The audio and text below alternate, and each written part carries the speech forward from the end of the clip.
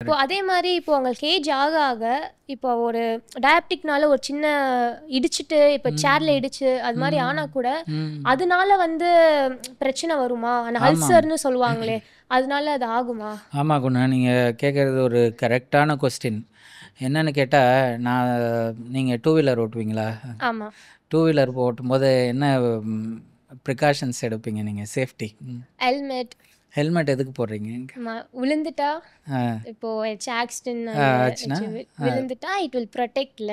என்னத்தை ப்ரொடெக்ட் பண்ணுவோம்? ஹெட்டை ப்ரொடெக்ட் பண்ணோம் இல்லையா? அந்த மாதிரி வந்து செப்பல் போடுறது வந்து காலுக்கு ப்ரொடெக்ஷன் அவங்களுக்கு. ஸோ நான் என்ன சொல்லுவேன், உங்களுக்கு ஹெல்மெட் போடுறதுக்கு எவ்வளோ முக்கியம் தெரியுதோ, சுகர் பேஷண்ட்டில் காலுக்கு வந்து காலணி தான் உங்களுக்கு காலுக்கு ஹெல்மெட்டு. ஓகே. ஸோ அதனால் வந்து அந்த அளவுக்கு அது ப்ரொடெக்ஷனை கொடுக்கும். ஸோ வந்து நீங்கள் வந்து அந்த சுகர் செப்பல் வந்து டாக்டர்ஸ் பரிந்துரைப்படி நீங்கள் போட்டிங்கன்னா எங்கேயாவது இடிச்சுக்கிட்டீங்கன்னா கூட டைரக்ட் இம்பேக்ட் இருக்காது உங்களுக்கு. அதனால் வர பாதிப்புகள் வந்து குறையும் உங்களுக்கு. அதில் தான் ஆரம்பிக்கும். நீங்கள் வந்து எங்கேயாவது ஒரு இதில் இடிச்சுக்கிட்டிங்கன்னு வச்சிங்களேன், அதை நம்ம மக்கள் என்ன பண்ணுவாங்க, அதை வந்து பார்த்திங்கன்னா சரியாக ஒரு ஸ்டெரைல் பேண்டேஜ் போடணுன்ற ஒரு தாட்டு வந்து குறைவாக தான் இருக்குது உங்களுக்கு. என்ன பண்ணுவாங்க, ஏதோ ஒரு பேண்டேஜ் போடுவாங்க. ஸோ ஏதோ அவங்கள கை வைத்தியம்னு சொல்லுவாங்க, ஏதோ ஒன்று வீட்டில் என்ன தெரியுமோ அதெல்லாம் பண்ணுவாங்க உங்களுக்கு. நாளடைவில் அது கண்டுக்காமல் விடும்போது பார்த்திங்கனாக்கா அதுலேருந்து ஒரு சின்ன கொப்பளம் வரும் உங்களுக்கு. அதுக்கப்புறம் பார்த்திங்கன்னா அதில் லைட்டாக கலர் சேஞ்ச் ஆகும்.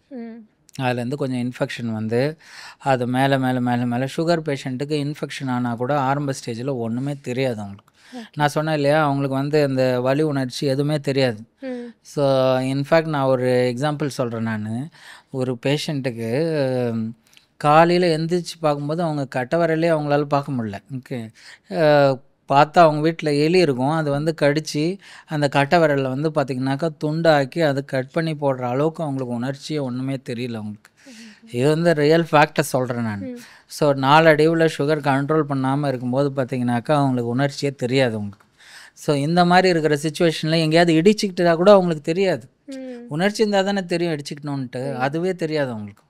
ஸோ அந்த மாதிரி இருக்கிற சூழ்நிலையில் செப்பலை போட்டு சேஃப்கார்ட் பண்ணிக்கிறது ரொம்ப ரொம்ப முக்கியம்.